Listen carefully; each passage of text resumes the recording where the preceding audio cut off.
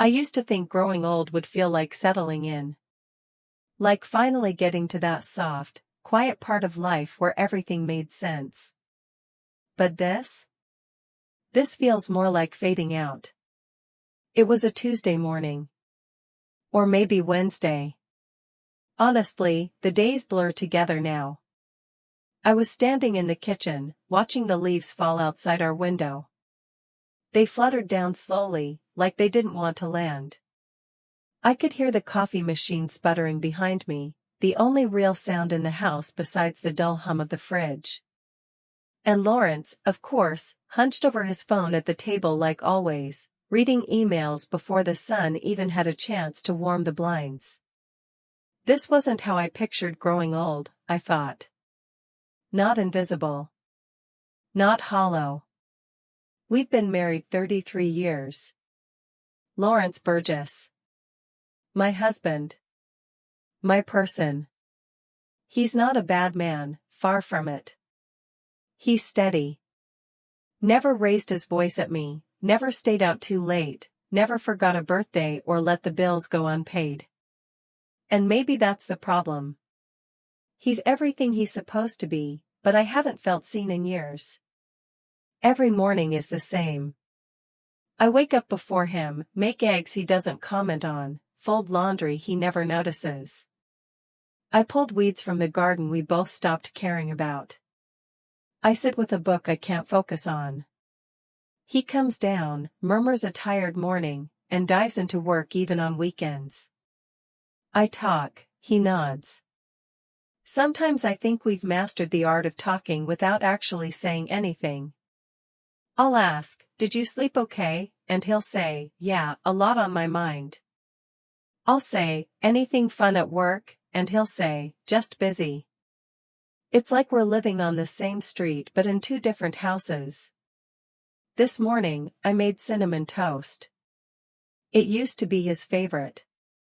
I slid the plate in front of him without a word, hoping maybe. I don't know. A smile? A thank you? Something small. He didn't look up. Just swiped another email and muttered, "You didn't have to do that." That's the thing. I wanted to. I still want to do things for him. But it's hard when you start to feel like wallpaper, something always there, quietly fading, barely noticed. He's kind. But I don't think he sees me anymore. Later, I went out to the backyard. The garden used to be full of color. We used to plant things together, tomatoes, marigolds, little lavender bushes he bought me from the nursery down the road. Now it's mostly dry leaves and forgotten soil. I pulled out a few weeds and stopped. No point, really. The silence wrapped around me like a blanket. Not warm. Just heavy. I sat in the plastic lawn chair, the one with the wobbly leg, and closed my eyes. I thought of the early days. When he'd surprise me with gas station flowers and scribbled notes. When we'd lay in bed talking about nothing until the sun crept in. I thought about how it felt to be chosen. Really chosen. Now, I'm not sure if I'm a person he still chooses, or just someone who stayed. And maybe that's the part that stings the most. That he's not cruel. He hasn't cheated. He hasn't left. But in all the ways that count, he's gone. I didn't want to go to dinner. I told Lawrence that twice. Once when the invite came in, and again the night before when I was laying out my dress. But he insisted, said it was important, said it would mean something if I showed up. Funny how that works, being wanted for the idea of you, not the actual you. The venue was one of those upscale downtown hotels, the kind with gold trim on the elevators and bathrooms that smell like lavender hand lotion. I wore the navy dress I always wear to things like this. Safe. Simple. It still fit, which felt like a small win. Lawrence was already talking shop before I'd even peeled off my coat. That's who he is, wired for work, especially when he's surrounded by people who know how much he's built. So I stood near the bar, sipping a glass of wine that tasted more like flowers than fruit, and tried not to look like I was waiting for anything. I made small talk with two of the other wives. One of them talked about a Pilates studio. The other is about a Mediterranean cruise. I smiled and nodded. I don't remember their names. That's when I felt a hand gently tap my elbow. Alma? I turned. Grady Robertson. Lawrence's boss. He had that kind of presence that didn't need to announce itself, tall, silver-haired, the kind of face that looked like it had seen a lot but judged very little. I'd spoken to him before, always in passing. Polite smiles. The occasional nod. Never more than that. I was hoping I'd get a chance to say hello, he said. I smiled, the way you do when someone older and important acknowledges you. Of course. Congratulations on the anniversary. This is quite the event. He chuckled softly. It's all a bit much, isn't it? Come, it's too loud in here. Would you mind walking with me for a moment? I should have said no. I should have stayed by the wine and the wives and the wall. But something about the way he asked, soft, not pushy, almost curious, made me follow. We stepped out of the ballroom and into a side corridor. The hallway was quieter, the jazz music muffled behind thick doors. He led me toward a lounge room just down the hall, low lights, 2 chairs, and a fireplace that was more decorative than warm. He gestured for me to sit, then took the chair across from me. I half laughed, a little nervous. This feels like we're sneaking away, I said. He smiled gently. Maybe. Or maybe I just wanted to have a conversation without shouting over a saxophone. I glanced down at my hands, still holding the wine glass. You always look thoughtful at these events, he said after a pause. Not bored. Just, far away. I didn't know how to respond to that. He continued, forgive me if this is too forward, but, when was the last time someone really asked how you were doing? I blinked. My throat tightened. It wasn't the question itself. It was the way he asked it. Calm, like he'd been holding it in for a while. Not nosy. Not intrusive. Just honest.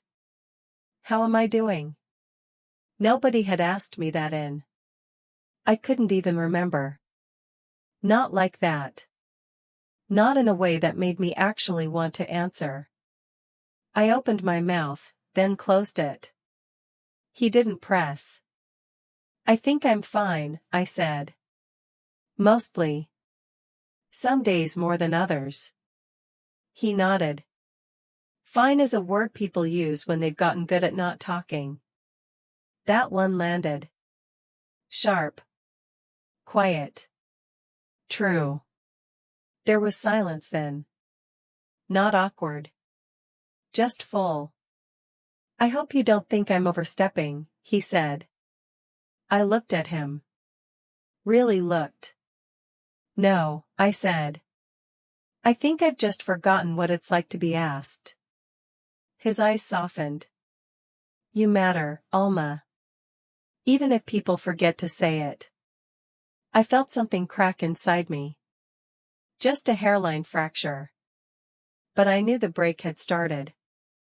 We didn't speak for another minute. Just sat there with the low hum of air vents and the soft flicker of fake firelight between us. Finally, he stood and offered a kind smile. I'll let you get back. I followed him out. As the ballroom doors opened and the music swelled around me again, everything suddenly felt too loud. The glasses clinking. The laughter. The endless chatter. I found Lawrence still holding court near the center table.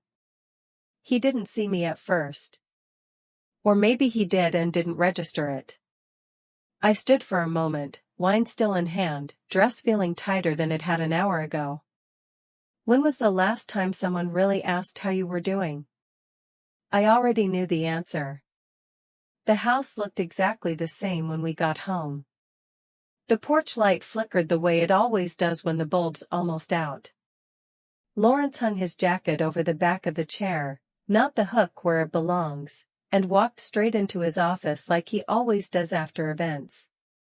Like clockwork. I stood by the door for a long minute after it closed behind him. I wasn't sure why. Maybe I was waiting for something to feel different. A pause. A glance. A word. Nothing. I slipped off my shoes and wandered through the kitchen, brushing my fingers along the countertop like I was touching it for the first time. Same tile. Same tea towels. Same hum of the fridge. Everything looked the same. But I wasn't. Lawrence's voice carried faintly from his office. Something about Q3 numbers. He was on a call. At midnight. I peeked around the doorway and watched him. He was sitting at his desk, shoulders tense, glasses slipping down his nose. His eyes never left the screen. He didn't notice me. Or maybe he did and assumed I needed nothing. There was a time I used to watch him work and feel proud. Safe. Now, I just felt distant. Like I was behind a sheet of glass. Am I allowed to want more? That question had been bouncing around my chest since Grady asked me how I was doing. It wouldn't go away. It didn't scream. It whispered.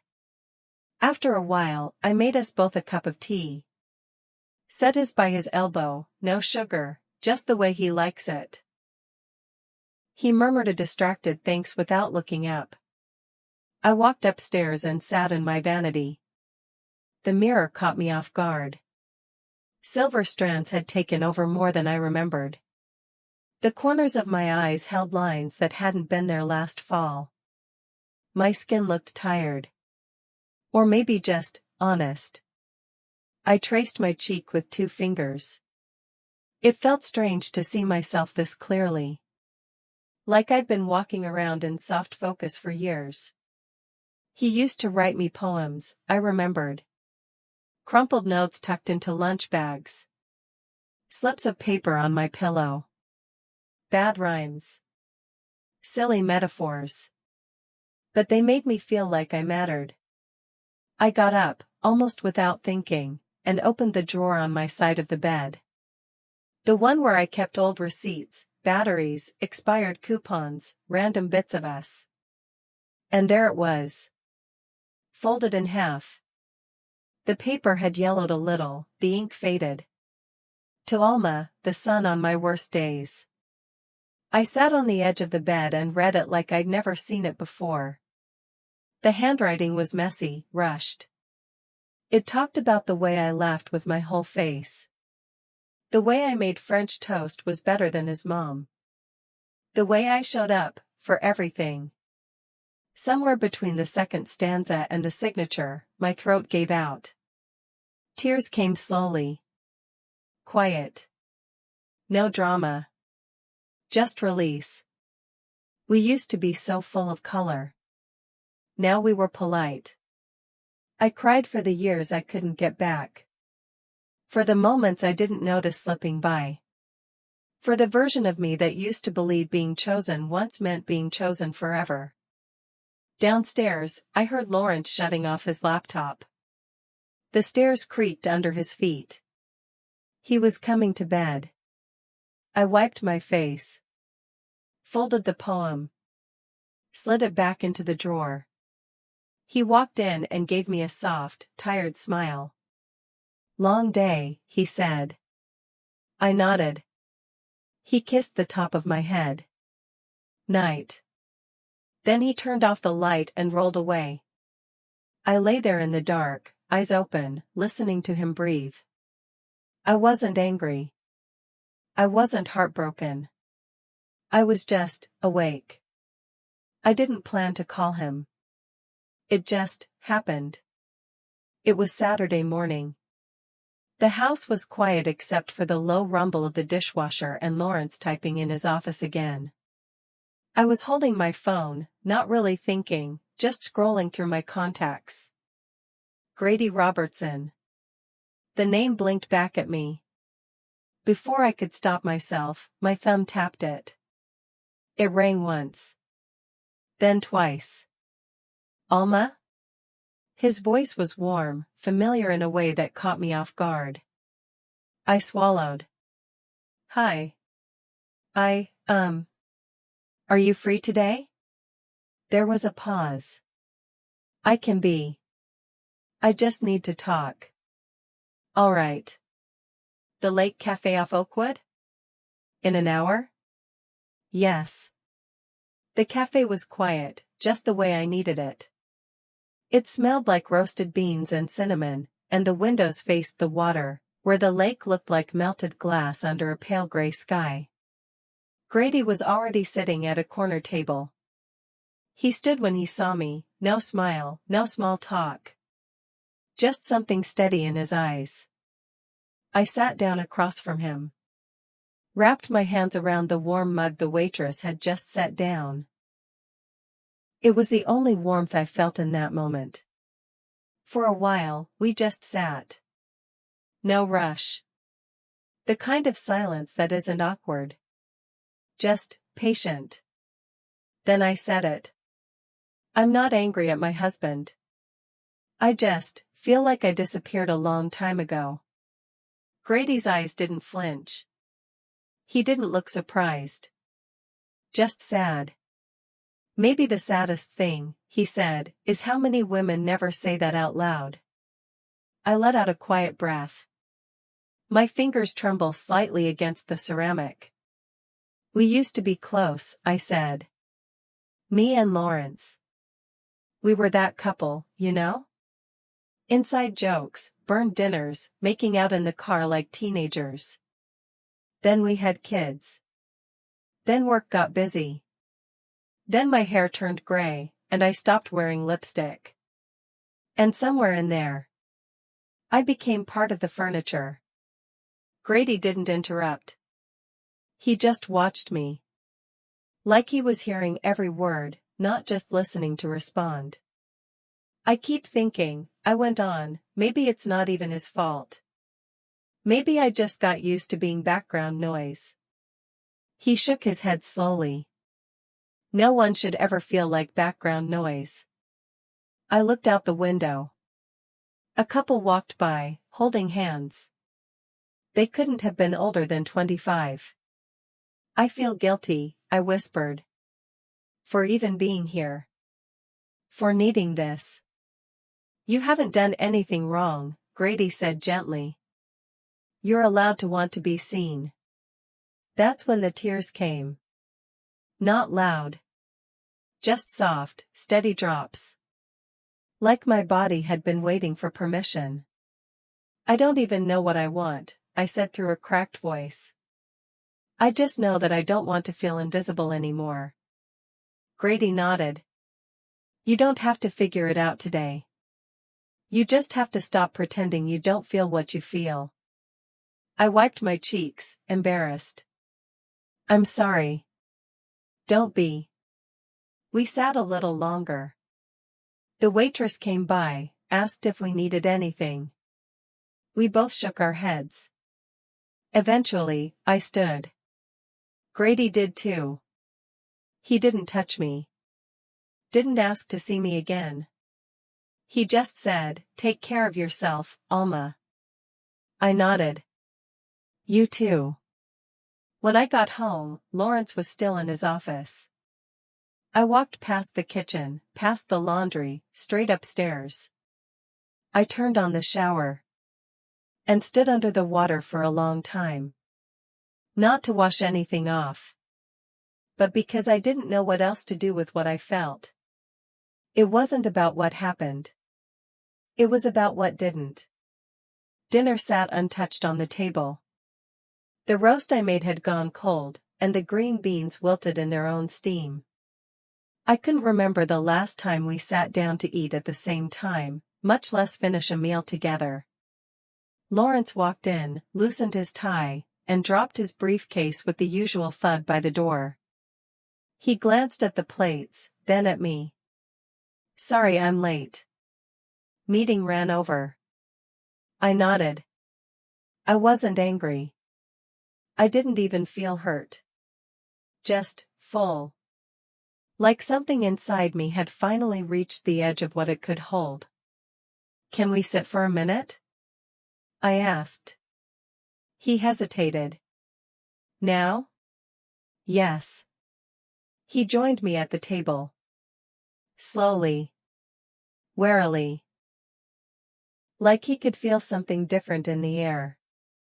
We sat there in silence for a moment. I watched his face, familiar, tired, a little confused. Then I spoke. "I don't think you've looked at me in years." "Not really."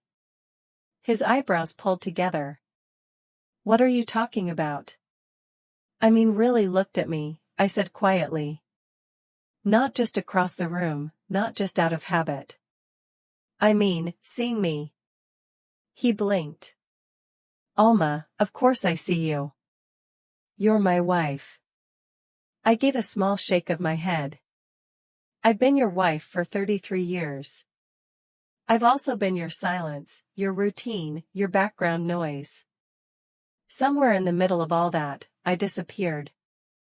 And you didn't notice." His mouth opened, then closed again. His shoulders slumped a little. "You're overthinking things. We're just older. This is what life looks like now."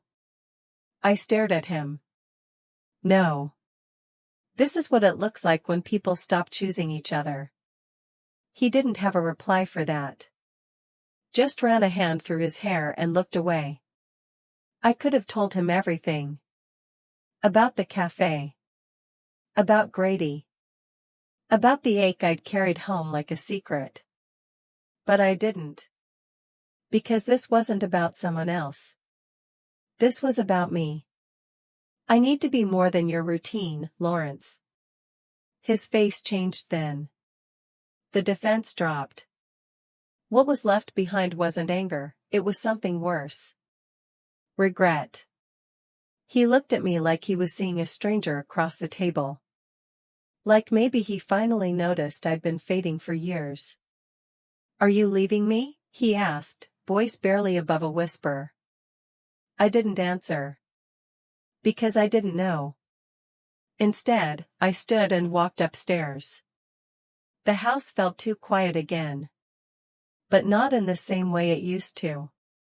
I sat down at the old desk in the corner of our bedroom, the one I hadn't used in ages, and pulled out a half-filled journal. The pages were dusty, a few petals from a long-dead flower pressed between them. I flipped to a blank page, uncapped a pen, and let the words come. The window was open beside me. A soft breeze moved through the curtains. Outside, the wind stirred the leaves like the beginning of a storm that hadn't decided whether it would stay or pass. I looked out and let myself breathe. I don't know what tomorrow looks like. But I know I won't vanish into the background again.